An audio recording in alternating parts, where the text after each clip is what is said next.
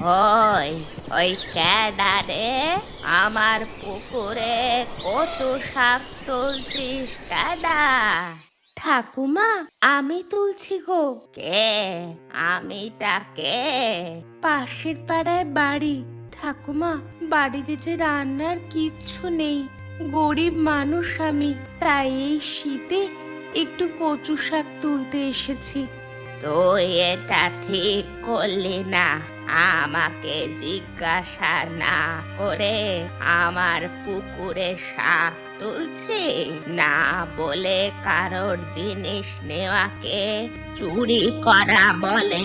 সামান্য কচু শাক তুলছি বলে আমি চোর হয়ে গেলাম ঠাকুমা?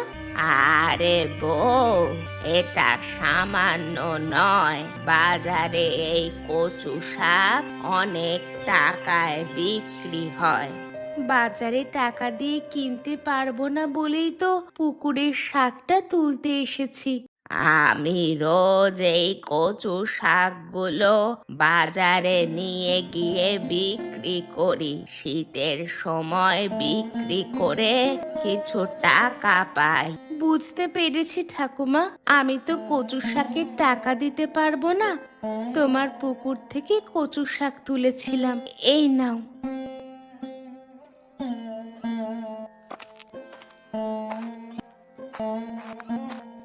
ঠাকুমা, তোমার কচু শাক কত করে? আরে, আমার পুকুর পাড় থেকে একজন বউ কচু শাক চুরি করছিল। আমি যদি না যেতাম, সব কচু শাকগুলো তুলে নিত। এইগুলো তুলেছিল। 10 টাকা দে বাবা, আর শাকগুলো নিয়ে যা। লক্ষ্য রেখো তোমার পুকুর, কেউ না কেউ তোমার পুকুর থেকে মাছও চুরি করে নেবে। ঠিক বলেছিস শ্যামা। আজকে তুমি যে বলেছিলে কচু শাকের তরকারি করবে, কই তোমার কচু শাক? অন্যের পুকুরে তুলেছিলাম সকালে, ঠাকুমা বারণ করলো, তাই তার কচু শাক দিয়ে চলে এলাম। ঠিক আছে, চিন্তা করো না, ঠিক একদিন দেখবে আমি তোমার জন্য কচু শাক কিনে নিয়ে আসবো। আমি নিজের কথা ভাবি না গো, তোমার আর বাচ্চাটার কথাই ভাবি। এত অভাব, তাই আর ভালো লাগে না। একটু সুস্থ হলে কাজে ঢুকে যাব। শুধু তুমি বাচ্চাটাকে একটু দেখে রেখো, হ্যাঁ? মেয়েটা আমাদের স্বপ্ন। আজ তোমাকে ডাক্তারের কাছে নিয়ে যাব, তোমার রক্ত পরীক্ষা করে ডাক্তার ওষুধ দেবে, তুমি ঠিক ভালো হয়ে যাবে, দেখো। কি ব্যাপার মিতা, আজ এত তাড়াতাড়ি?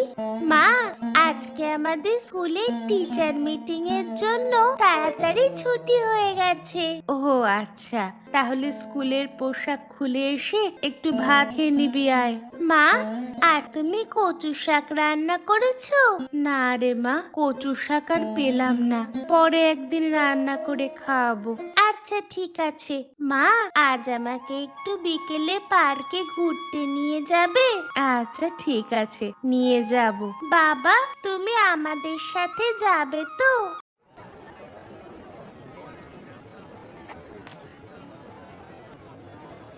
দেখ মিতা, ওখানে একজন ঠাকুমা কচু শাক বিক্রি করছে। এই নে 20 টাকা নে, ঠাকুমাকে জিজ্ঞেস করবি সব শাকের কত দাম। যদি 20 টাকা হয় তাহলে তুই সব নিয়ে নিবি।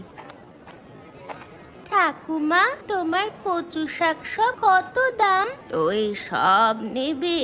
হ্যাঁ, সব নেব, তুমি দাম বলো। সব নিতে হলে 20 টাকা দিতে হবে। এই নাও 20 টাকা। তুই এত শাক নিয়ে কি করবি? জানি না, মা কিনতে পাঠালো। তোর মা কোথায়? ওই তো, ওই তো আমার মা, ওই যে দাঁড়িয়ে আছে। ওইটা? ওইটা তোর মা?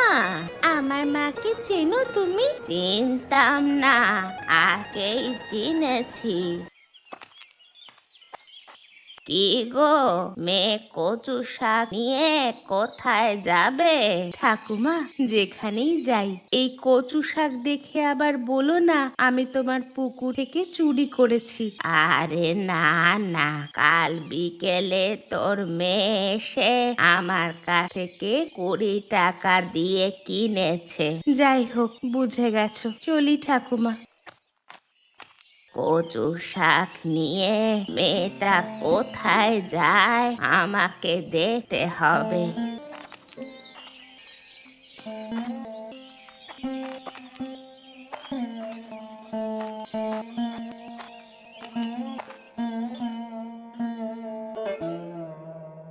কিরে নয়ন, কি করছিস? এই যে রেশনের চালের এত কাঁকর, কাঁকর না বেছে রান্না করলে দাঁত একেবারে ভেঙে যাবে। এই নে কিছু কচু শাক, আজ রান্না করে খাবি। তোর বর কোথায়? সে জমিতে কাজে গেছে। আচ্ছা চলি রে, এখন বাড়িতে অনেক কাজ আছে। রিনাদি, এগুলো কোথায় পেলে গো? অনেক দিন এই শীতে কচু শাক খাওয়া হয়নি। আগে কত চারিদিকে হতো, তুলে এনে রান্না করতাম, এখন কিনেও পাওয়া যায় না। ঠিক বলেছিস, আসি রে এখন। মনে হয় বেশি দামে বিক্রি করলো, সেদিন চুরি করেছিল এই রকম বিক্রি করার জন্য। না, আমাকে জিজ্ঞেস করতে হবে। ইরে নয়ন, কচু শাকগুলো কত টাকায় কিনলি? ঠাকুমা, আমাদের উনানতে পান্তা ফুরায়, আমার কচু শাক কেনার মতো টাকাই নাই। রিনা দিয়ে আমায় এমনি দিয়ে গেল রান্না করবার জন্য। ও, আমি ভাবলাম বিক্রি করতে বেরিয়েছে। কেন, কি হয়েছে? সবাই না তোমার মতো কঞ্জুস নয়, সামান্য কিছু পাড়ার লোককে না দিয়ে বিক্রি করো।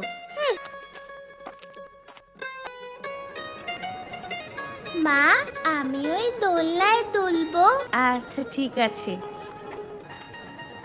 দিদি, আমার মেয়েটা একটু দোলনায় দোল খেতে চাইছে। এই পার্কটা গরিবদের জন্য নয়, তোমরা এসেছো এই পার্কে দোল খেতে। কোথায় লেখা আছে এই পার্কটা গরিবদের জন্য নয়? Don't try to be over smart, understand? You are villagers eating colocasia leaf. ইংরেজি বুঝি না, যা বলার বাংলায় বলো। সেই জন্যই বলছি, গ্রামীণ মানুষেরা এখানে আসে কেন? সামান্য ইংরেজিটাও বোঝে না যখন। How dare you, auntie?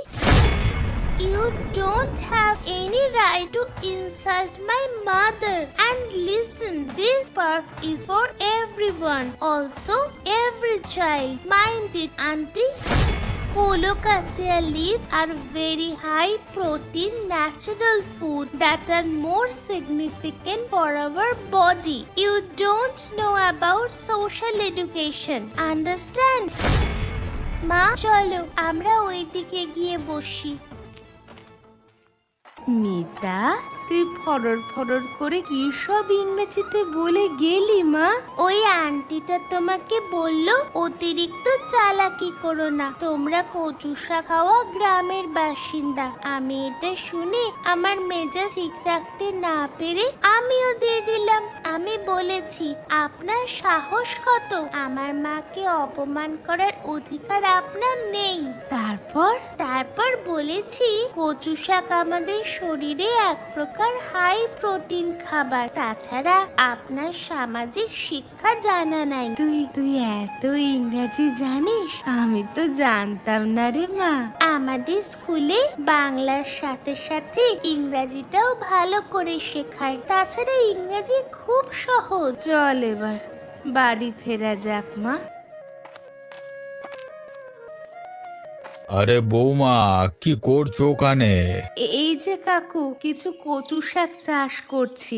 তুমিও কি ওই ঠাকুমার মতো কচু শাকের ব্যবসা শুরু করবে? আরে কাকা, না না, ওই ব্যবসা আমার দ্বারা হবে না। জানেন তো আমাদের পাড়ায় প্রায় সবাই খুব গরিব। এই শীতে অনেকেই কচু শাক খেতে পায় না, দাম দিয়ে কিনতেও পারে না। তাই ভাবলাম এখানে একটু কচু শাক চাষ করলে অনেকেই খেতে পাবে এই শীতে। তুমি তো মহান মেয়ে। মহান টহান বুঝি না, আমার মনে হলো তাই করছি। তা অতীন কোথায়? ও কেমন আছে? ও এখন অনেক সুস্থ, আজ পাশের গ্রামের জমিদারের বাড়িতে কাজ করতে গেছে। বাহ, ভালো করেছে।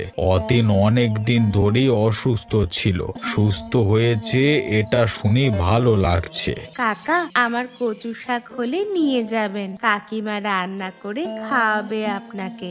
সে আর বলতে, অবশ্যই নিয়ে যাব, এখন আসি।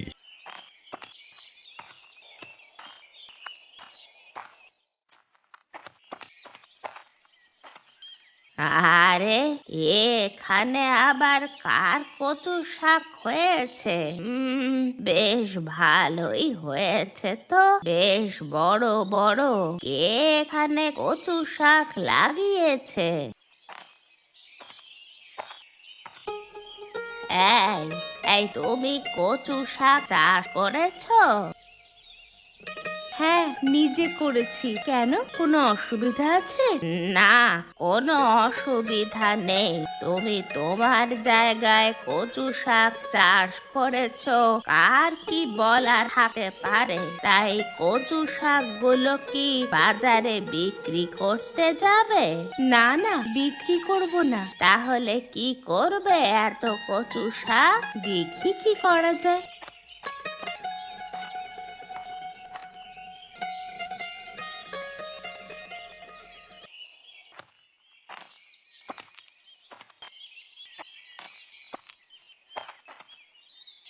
ও দিদি, শুনছি তুমি নাকি কচু শাক বিক্রি করছো? আরে না না, বিক্রি করছি না গো, এমনি দিচ্ছি। নিজের হাতে কচু শাক চাষ করেছি, বিক্রি করার জন্য নয়। আরে বাহ, খুব ভালো। তাহলে আমাকে কিছু কচু শাক দাও না গো, এই শীতে কচু শাক রান্না করে খেতে বেশ ভালো লাগে। শ্যামাচরণ কাকার মুখে শুনেছিলাম তুমি নাকি আমাদের পাড়ার গরিবদের জন্য প্রচুর শাক লাগিয়েছো, সেই জন্য কচু শাক নিতে এলাম গরিমাদি। হ্যাঁ হ্যাঁ, এগুলো তোমাদের জন্যই করেছি, আমাদের পাড়ার সকলের জন্য। তোমাদের যতটা লাগে ঝুড়ি থেকে নিয়ে নাও। তা দিদি, তুমি কচু শাকগুলো বাজারে বিক্রি করলে ঠাকুমার মতো অনেক টাকা ইনকাম করতে পারবে তো। সামান্য কচু শাক বিক্রি করে টাকা উপার্জন করার ইচ্ছা আমার নেই। গ্রামের মানুষেরা সবাই ভালো থাকুক, সবাই প্রকৃতির খাবার খেয়ে বেঁচে থাকুক, এটাই চাই। তুমি তো আমাদের পাড়ায় সব থেকে ভালো বউ হয়ে গেলে গো। ভালো ঠালো বুঝি না ভাই, একসাথে কাজ করি, একসাথে সকলের পাশে সুখে দুঃখে থাকতে হবে, এটাই জানি। তাহলে আমরা আসি এখন। হ্যাঁ এসো, কচু শাক কেমন রান্না করলে আমাকে জানাবে, একদিন জমিয়ে গল্প হবে। হ্যাঁ হ্যাঁ, অবশ্যই।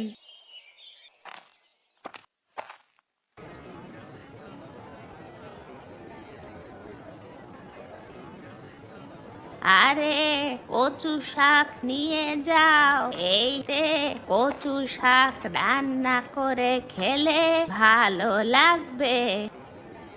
না না বাপু, তুমি কচু শাক অনেক টাকায় বিক্রি করো। আমাদের পাড়ার রিমা দিদি আমাদের এমনি এমনি কচু শাক দিয়েছে, সেই কচু শাক দিয়ে আজকে সকালে জমিয়ে ভাতও খেয়ে। তোদের এমনি দিয়েছে, টাকা নেয়নি? না গো ঠাকুমা, টাকা নেয়নি। রিমা বৌদিদি আমাদের পাড়ায় খুব ভালো একজন বউ, নিজের হাতে প্রচুর চাষ করে পাড়ার সকল বাড়িতে দিয়েছে, আরো দেবে বলেছে। ও, এবার বুঝলাম। সকলে যদি বিনা পয়সায় কচু শাক পেয়ে যায়, তাহলে আমার বিক্রি হবে না। সে না বিক্রি হোক, কচু শাকগুলোকে গরু দিয়ে খাইয়ে দেব, তবু এমনি এমনি আমি কাউকে দেব না। এখানে কি করছো অতীন? আরে শ্যামা কাকা, এই কয়েকটা ঝাউ গাছ লাগাচ্ছি নদীর পাড়ে। কেন এখানে ঝাউ গাছ লাগাচ্ছ কেন? নিজের জায়গায় লাগাতে পারতে তো। শ্যামাচরণ কাকা, ওটা দেখতে পাচ্ছ কি? নদীর পাড় নদীর জলের ঢেউয়ে একটু একটু করে ভেঙে যাচ্ছে। গাছ লাগালে মাটির ক্ষয় রোধ হবে, পাড় ভাঙতে সহজে পারবে না। এখন থেকে গাছ না লাগালে বর্ষাকালে নদীর জল আরো বাড়বে, তখন নদীর পাড় ভেঙে গ্রামের ভেতরে জল ঢুকবে, বন্যা হবে। তুমি এত কিছু বোঝো কি করে? কি আর করব, সমাজের জন্য কিছু না কিছু তো করতেই হবে। আরে একটা কথা, তোমার বউ পাড়ার সব মহিলাদের বাড়িতে কচু শাক দিচ্ছে বিনা পয়সায়, তা কি ব্যাপার বলো তো অতীন? আরে আমি যখন অসুস্থ ছিলাম আমি বউকে বলেছিলাম একটু কচু শাকের তরকারি করো তো, খেতে খুব ইচ্ছে করছে এই শীতে। তখন আমার বউ আমাদের পাড়ায় একজন বয়স্ক ঠাকুমা থাকে না, তার পুকুরে অনেক অনেক কচু শাক হয়েছিল। বউ একদিন সকালে গিয়ে কচু শাক তুলছিল, ঠাকুমা বউকে চোর বলে অপবাদ দিয়ে শাকগুলো নিয়ে নিয়েছিল, কারণ ঠাকুমা তার কচু শাকগুলো বিক্রি করে। রিমা খুব অপমানিত হয়, আর ও তো খুব সেন্টিমেন্টাল, তাই ওর ইচ্ছে যারা কচু শাক খেতে পায় না নিজের হাতে কচু শাক চাষ করে তাদেরকে এমনি খাওয়াবে। এতক্ষণে ব্যাপারটা এবার বুঝলাম, আসলে ঠাকুমা খুব কঞ্জুস, টাকা ছাড়া কিচ্ছু বোঝে না। যাই হোক, তোমাদের মঙ্গল হোক, তোমরা ভালো থেকো, আমি চলি কেমন? আমিও একদিন এসে কয়েকটা গাছ লাগাবো। কই গো রিমাদি, এখনো যে এলে না? বলেছিলে যে আমাদের সঙ্গে গল্প করবে। ওই তো হেঁটে হেঁটে আসছে। তোমরা সবাই কেমন আছো? রিমাদি, আমরা খুব ভালো আছি, তোমার জন্যই অপেক্ষা করছিলাম। তা তোমরা আজকে কচু শাক রান্না করেছিলে? আজকে জমিয়ে রান্না করেছি। হ্যাঁ, আমি কচু শাকে একটু চিংড়ি দিয়ে দিলাম, সবাই আজকে একটু বেশি ভাত খেয়েছে। বাহ, খুব ভালো করেছো। আমার বর বলল কচু শাক ভাজা খাবে, তাই পেঁয়াজ লঙ্কা দিয়ে কচু শাক ভাজা করেছিলাম, খুব ভালো হয়েছে। তা দিদি, তুমি কি রান্না করেছিলে? আমি কচু শাক দিয়ে আলু বেগুন দিয়ে তরকারি বানিয়েছিলাম। মিতার বাবা কচু শাকের তরকারি খেতে ভীষণ ভালোবাসে। খুব ভালো করেছো গো রিমা দিদি। বাজারে গিয়েছিলাম, ঠাকুরমা কচু শাক বিক্রি করছে, আমাকে জিজ্ঞেস করেছিল কচু শাক নেবে কিনা। আমি বললাম না না, রিমাদি আমাদের এমনি এমনি দিয়েছে, তোমার কাছ থেকে টাকা দিয়ে কিনবো কেন? ঠাকুমার একটাও কচু শাক বিক্রি হয়নি গো, সব বাড়ি নিয়ে চলে গেছে। চলো এবার সবাই ওঠা যাক, বাড়িতে অনেক কাজ পড়ে আছে, আবার কোনো একদিন জমিয়ে গল্প হবে। হ্যাঁ হ্যাঁ, চলো, আমাদেরও অনেক কাজ আছে। আরে কালকে তো দেখলাম ঠাকুমা রাস্তা দিয়ে হেঁটে হেঁটে বাজারে যাচ্ছিল, আজকে আবার কি হয়ে গেল? ঠাকুমা খুব অসুস্থ হয়ে গেছে, যক্ষ্মা হয়েছে, সেই জন্য কেউ ঠাকুমার কাছে যাচ্ছে না। ঠাকুমার কি হয়েছে? ঠাকুমার যক্ষ্মা হয়েছে, তাই ভেতরে কেউ যাচ্ছে না। ঠাকুমার তো মেয়ে জামাই আছে, তারা কেউ আসেনি? মেয়ে জামাই অনেক দূরে থাকে, তাদেরকে খবর দেবে কে? আর তাদের কোনোদিন এখানে আসতেও দেখিনি। তাদের মা কেমন আছে দেখতেও আসে না। ঠাকুমা শুধু টাকা টাকা করেই মরল। ঠিক আছে, তোমরা এখানে থাকো, আমি একজন ডাক্তার ডেকে নিয়ে আসি।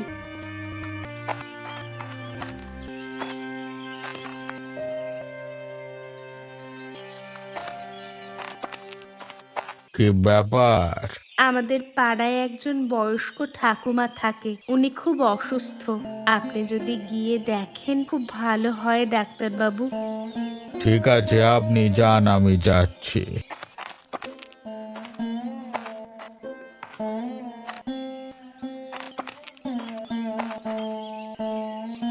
কই ডাক্তার এলো না তো?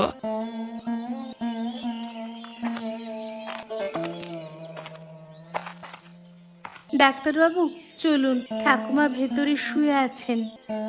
আপনিও আমার সাথে আসুন। ঠাকুমা, তোমাকে ডাক্তার দেখতে এসেছে।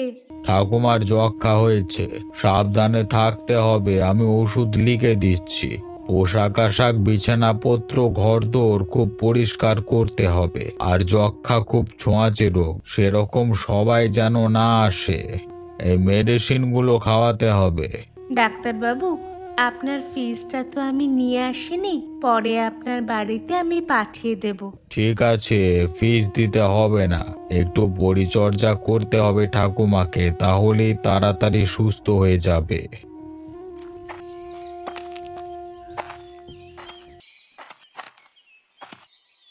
কোথায় যাবে রিমাদি? এই ঠাকুমাকে খাবার দিতে যাচ্ছি। ঠাকুমার তো আর রান্না করার কেউ নেই, কেউ যদি খাবার না দেয় তো ঠাকুমা না খেতে পেয়ে মারা যাবে। চলো, আমিও তোমার সাথে যাব। ঠিক আছে, চলো। এখন ঠাকুমা অনেকটাই সুস্থ।